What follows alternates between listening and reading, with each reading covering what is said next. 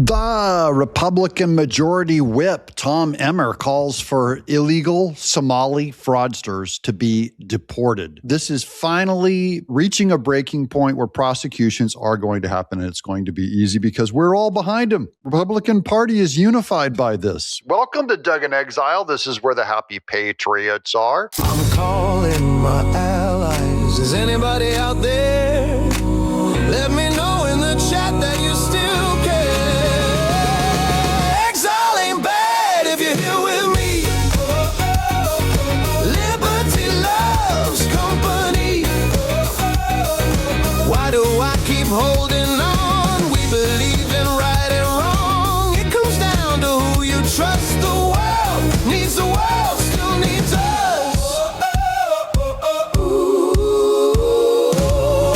Okay, let's get to our first story. Tom Emmer's right here. Tom Emmer, GOP Majority Whip, says, breaking, I'm calling for the denaturalization and deportation of every Somali engaged in fraud in Minnesota. Read my full statement below. Now, I'm starting on this quote because remember, this is what Democrats will call racist. He's racist for wanting to deport Somalis. That's what they've put in everyone's brain with the woke mind virus since DEI and Black Lives Matter, is if you perform any law or legal action against someone who's Somali, who's an illegal, it's because secretly you hate their race, not the largest fraud scandal in American history. Here's Tom Emmer, the full statement. I have 3 words regarding Somalis who have committed fraud against American taxpayers. Send them home. And we agree. If they're here illegally, deport them immediately. If they're naturalized citizens, revoke their citizenship and deport them quickly thereafter. If we need to change the law to do that, I will. Our nation will not tolerate those who take advantage of our charity and refuse to assimilate into our culture. Additionally, if the naturalized Somalis had undisclosed ties to terrorist organizations like Al-Shabaab, I want to see their citizenship revoked and their asses sent back immediately. Same goes for anyone who's found to have committed marriage fraud during the immigration process. That is pointed directly at Ilhan Omar. Here's Trump weighing in. Much of the Minnesota fraud is up to 90% is caused by people that came to our country illegally from Somalia. Congresswoman Omar, he puts Congresswoman in quotes, an ungrateful loser who only complains and never contributes is one of the many scammers. Did she really marry her brother? Lowlifes like this can be a liability to our country's greatness. Send them back from where they came from, Somalia, perhaps the worst and most corrupt country on earth. Make America great again. But many people committed that same marriage fraud. They'd put any name down to make themselves a citizen here in America. So, and of course, all the usual comments of anger at how late this is coming. Better late than never. The Republican Party and all the politicians are largely trying to play catch up with how fast this story's coming. And I believe this same kind of fraud that happened in Minnesota is going to be found certainly in every Democrat state, if not every Democrat city. Here's Jesse Kelly. Now, this is in response to this Josh Gersten, who is a alleged journalist at the Politico. So he's one of the sellouts, one of the anti-Trumpers, never tells the truth. He's an ABC White House and China correspondent for CNN, the New York Sun. He says, DM for Signal. He says at some point, the amateur effort, so he's talking about Nick Shirley, who utterly embarrassed him. All journalists for their lack of work that they do. This guy hasn't done significant work in years. At some point, the amateur effort to knock on doors of home daycares intersects with robust stand your ground laws. Now, this is a threat of violence by yet another typical leftist, right? This guy's probably anti-gun too. But when it comes to Nick Shirley going door to door to daycare centers, Josh Gersten, a fake news journalist at Politico, says, oh, you're about to come up against robust stand your ground laws, meaning he wants the Somalis to shoot Nick Shirley in the face. That's typical of their response. So here's Jesse Kelly. Understand that American journalists would just watch and smile as these balloon-headed animals slaughter your entire family and steal your inheritance. That's how much kinship they feel with them and how much hatred they have for you at Politico. Dana says leftists are a death cult. They would kill you for exposing their fraud. True. Here's Jarvis. Babe, wake up to the new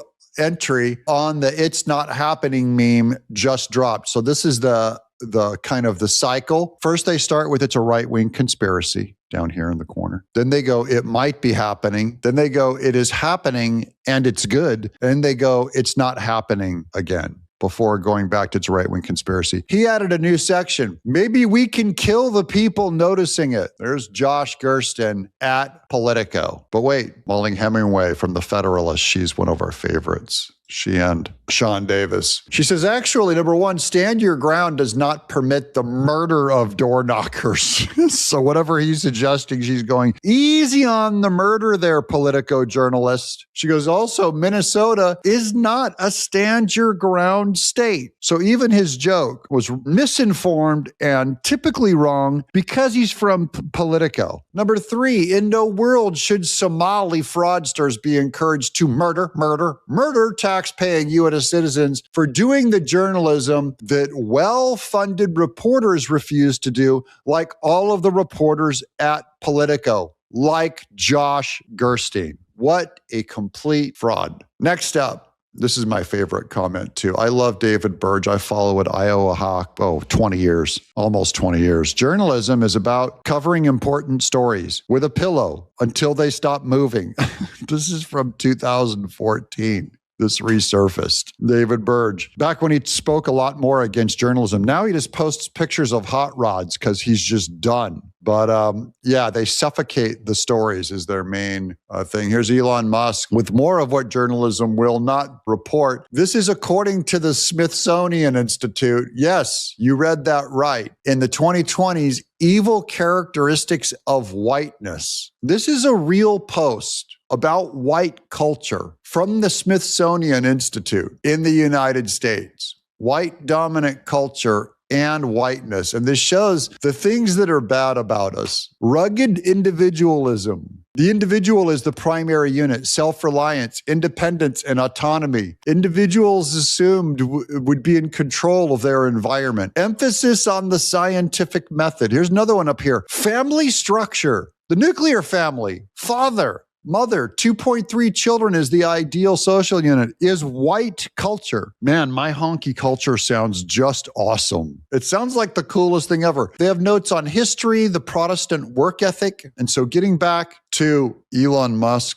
I'm sorry, not Elon Musk, it's Isabel Brown. She says, according to the Smithsonian, whiteness includes objective rational thinking. Now, I just want you guys to say, this is another weird thing about Democrats. I've told you guys Democrats are the worst hardened evil racists there are today. They're absolute bigots and they hate minorities. They treat them like monkeys and dogs. And this is what I mean. All you have to do is look at each thing on this list that they attribute to white people and then consider that they don't attribute this to blacks, Hispanics, minorities. So what they're saying is that it's not a black thing to be objective and rational thinking. Do you see what I'm going with this? They go, that's a white thing. Christianity, that's so hunky, that's so white. If you're a black thing, then get on the Kwanzaa, Hinduism, Islam, atheism, anything but Christianity, biblical Christianity, because that's a white thing. Having at least 2 children. So we want children. They want blacks and minorities to abort them because having 2 children, at least 2 children, is a white thing. And I have 4 children. I'm way white. Common law, a respect for authority. So don't respect authorities. Hard work as the key to success. This is like when I would hear racists tell black jokes in the early 70s about how lazy blacks are. You know, they're all so lazy. They don't want to work. They want to sit on the front porch, kick back. And now here's the Democrats at the Smithsonian, and you know these aren't Republicans, that say hard work as a key to success is a white thing. They're revolting. Democrats are the most revolting fake news racists. The media, of course, won't cover it. And now I'm going to get into a little something else here. This is Trump on Israel. He's about to get an Israeli award. And you already know this is going to drive all of the groypers, all of the anti-Semites crazy in the Republican Party. He's sitting here with Netanyahu about to get this pro-Israel award. You've been a great friend, and I've been a great friend to you and to Israel, and it's been my honor. And the award that I was given was really surprising and very much appreciated. Well, President Trump has broken so many conventions to the surprise of people, and then they figure out, oh, well, maybe, he was right after all. So we decided to break a convention too, or create a new one, and that is to award the Israel Prize, which in almost our 80 years, we've never awarded it to a non-Israeli, and we're going to award it this year to President Trump. This was announced formally over lunch by our Minister of Education, who's responsible for the Israel Prize. Who got to Trump? Literally the Jews.